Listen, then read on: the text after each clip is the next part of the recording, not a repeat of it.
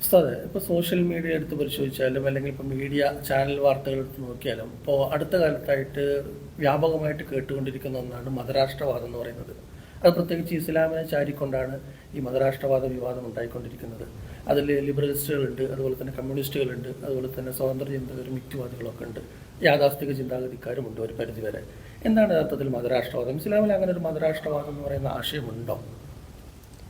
ഇതിൽ അബ്ദുള്ള സൂചിപ്പിച്ച പോലെ ഇപ്പോൾ ഈ കുറച്ച് കാലമായിട്ട്, മുമ്പൊക്കെ അത് ചെറിയ രീതിയിൽ ഉണ്ടായിരുന്നെങ്കിൽ പോലും ഇപ്പോൾ അടുത്ത കാലത്തായിട്ട് വളരെ സജീവമായി, പ്രത്യേകിച്ച് ഈ രാഷ്ട്രീയ അല്ലെങ്കിൽ ഈ തെരഞ്ഞെടുപ്പുകളൊക്കെ വേളയിൽ ഇത് വളരെ സജീവമായിട്ട് പൊന്തി വരുന്നുണ്ട്. അത് ഒരു പ്രസ്ഥാനത്തെ സംഘടനയെ ചാരിക്കൊണ്ടാണ് പറയുന്നതെങ്കിൽ പോലും യഥാർത്ഥത്തിൽ ഈ മതരാഷ്ട്രം എന്ന് പറയുന്ന തിയോക്രസി ഇത് ക്രൈസ്തവ യൂറോപ്പിൽ ഉടലെടുത്ത ഉണ്ടായ ഒരു കറുത്ത ഒരു അധ്യായമാണ് യഥാർത്ഥത്തിൽ. അത് പണ്ഡിതന്മാർക്ക് അറിയാഞ്ഞിട്ടാണോ അതല്ല ബോധപൂർവം അവർ എന്തെങ്കിലും മറച്ചു വെക്കാൻ ശ്രമിക്കുകയാണോ എന്ന് എനിക്ക് അറിഞ്ഞുകൂടാ. അത് അറിയാതിരിക്കാൻ സാധ്യമല്ല. യഥാർത്ഥത്തിൽ ഇസ്ലാമിൽ അങ്ങനെ ഒന്നില്ല. മതരാഷ്ട്രം എന്ന് പറയുന്ന സങ്കല്പം ഇസ്ലാമിലില്ല. നേരെ മറിച്ച് ഇസ്ലാമിൽ രാഷ്ട്രീയമുണ്ട്. ഇപ്പോൾ ഇതൊക്കെ പറയുന്ന ഈ വിമർശകരായ പണ്ഡിതന്മാർ പറയേണ്ട ഒരു മറുപടി എന്താറിയോ? പിന്നെ റസൂലുള്ളാഹി സ്വല്ലല്ലാഹു അലൈഹി വസല്ലമയുടെ കാലത്ത് രാഷ്ട്രീയം ഉണ്ടായിരുന്നോ ഇസ്ലാമിൽ? സ്വഹാബത്തിൻ്റെ കാലത്ത്, പിന്നെ ഉമവികൾ, അബ്ബാസികൾ, നീണ്ട നൂറ്റാണ്ടുകൾ ഈ ഇസ്ലാമിക ഭരണവും ഇസ്ലാമിക രാഷ്ട്രീയമൊക്കെ ശക്തമായി ശരിക്കും ഉണ്ടായിരുന്നു.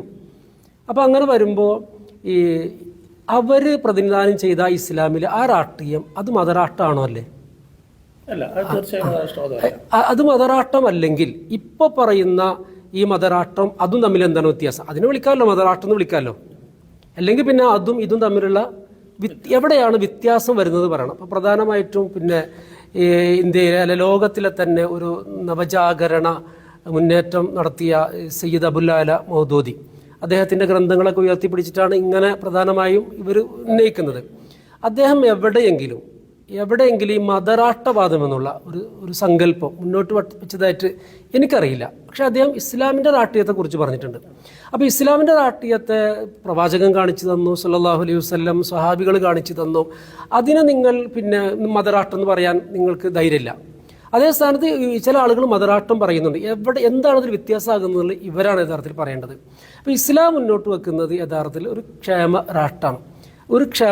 അത് ഇസ്ലാമിൻ്റെ ആരാധനാ കർമ്മങ്ങൾ, സാമൂഹിക, സാമ്പത്തിക എല്ലാ മേഖലകൾ പോലെ തന്നെ രാഷ്ട്രീയ രംഗത്തും കൃത്യമായ കാഴ്ചപ്പാട് ഇസ്ലാമിനുണ്ട്.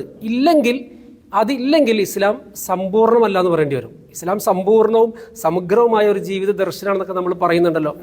അപ്പോൾ ഇതിൽ പ്രശ്നം എന്താ വെച്ചാൽ, അങ്ങനെ ഒരാൾക്ക് ഇസ്ലാം സമ്പൂർണ്ണമാണെന്നും അതിന് കൃത്യമായ ഒരു രാഷ്ട്രീയ ഉള്ളടക്കമുണ്ടെന്ന് വിശ്വസിക്കുന്ന ഒരാൾക്ക് ഇത് ലോകത്തിന് മുമ്പിൽ സമർപ്പിക്കുന്നതിൽ എന്താണ് തെറ്റ്? ഇവിടെ കമ്മ്യൂണിസ്റ്റുകൾക്ക് കമ്മ്യൂണിസം പറയാം, അല്ലേ? സോഷ്യലിസ്റ്റുകൾക്ക് സോഷ്യലിസം പറയാം. ആർക്കും അവർ ആഗ്രഹിക്കുന്ന അവരിഷ്ടപ്പെടുന്ന ജനങ്ങൾക്ക് മുമ്പിൽ സമർപ്പിക്കാം. ജനങ്ങൾ തിരഞ്ഞെടുക്കട്ടെ എന്ന്, അല്ലെ? രാഷ്ട്രപിതാവ് തന്നെ മഹാത്മാഗാന്ധിജി രാമരാജ്യത്തെ കുറിച്ച് പറയുന്നുണ്ട്. അവരുടെ സ്വർഗരാജ്യം വരണമെന്ന് അവരുടെ പ്രാർത്ഥനയുണ്ട്. അപ്പൊ ഈ രാമരാജ്യത്തെ കുറിച്ച് വിശദീകരിക്കാൻ പറഞ്ഞപ്പോൾ തന്നെ മഹാത്മാഗാന്ധി പറഞ്ഞത് അത് ഞാൻ ഉദ്ദേശിക്കുന്ന ഖലീഫ ഉമർ കാണിച്ചു തന്ന ഒരു രാജ്യമാണെന്നാ. അപ്പൊ നമ്മുടെ കയ്യിലുള്ള ഇതാണ് ഏറ്റവും ബെറ്റർ. പക്ഷെ നമ്മൾ ആരും നിർബന്ധിക്കുന്നില്ല. ലാ ഇക്റാഹ ഫിദ്ദീൻ, ദീനിൽ ഒരു നിരക്കുമുള്ള ബലാത്കാരമില്ല.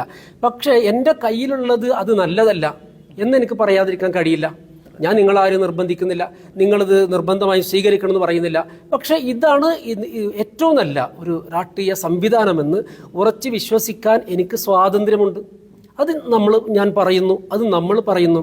അതുകൊണ്ട് ഈ പണ്ഡിതന്മാർ കൃത്യമായ പുനരാലോചന നടത്തണം. അതായത് ചില ഇസ്ലാമിൻ്റെ ശത്രുക്കളുടെ അവരുടെ ജൽപ്പനങ്ങളാണ് അതൊക്കെ ഏറ്റുപിടിച്ച് ഇന്ന് പ്രത്യേകിച്ച് കേരളത്തിൽ പല സാമുദായിക നേതാക്കന്മാർ വളരെ ബോധപൂർവം, ചില രാഷ്ട്രീയ പാർട്ടികൾ പറഞ്ഞോട്ടെ, അവർ ഇതിൻ്റെ അപ്പുറമൊക്കെ പറയും. അവർക്ക് ഹക്കും ബാത്തിലും പരലോകമൊന്നും ഇല്ലാത്ത ആളുകളാണ്. അവർക്കത് പറയാം.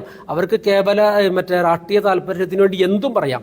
പക്ഷെ ഈ മതപണ്ഡിതന്മാർ ഇത് പറയുമ്പോൾ അതിൽ അങ്ങേയറ്റത്തെ സൂക്ഷ്മത പുലർത്തേണ്ടതുണ്ട്. ഇല്ലെങ്കിൽ പടച്ച റബ്ബിൻ്റെ മുന്നിൽ സമാധാനം ബോധിപ്പിക്കേണ്ടി വരും. അത് ഒരു സംഘടനയെ ചാരിക്കൊണ്ടാണ് ഇവരിതൊക്കെ പറയുന്നത്. ആ സംഘടന എന്നുള്ളത് ഒരു നോക്കുകുത്തി മാത്രമാണ്. യഥാർത്ഥത്തിൽ ഇവർ അറ്റാക്ക് ചെയ്യുന്നത്, താത്വികമായി അറ്റാക്ക് ചെയ്യുന്നത് പരിശുദ്ധ ഇസ്ലാമിനെയാണ്. അപ്പോൾ ഇസ്ലാമിനെ തന്നെയാണ് ഈ പണ്ഡിതന്മാർ ആക്രമിച്ചു കൊണ്ടിരിക്കുന്നത്. അതിൻ്റെ ആത്യന്തികമായ നഷ്ടവും ഈ സമുദായത്തിന് തന്നെയായിരിക്കും എന്ന് ചിന്തിക്കേണ്ടതുണ്ട് എന്നാണ് എനിക്ക് മനസ്സിലാക്കുന്നത്. അല്ലാഹു തആല കാര്യങ്ങൾ മനസ്സിലാക്കാൻ നമ്മെ സഹായിക്കുമാറാകട്ടെ.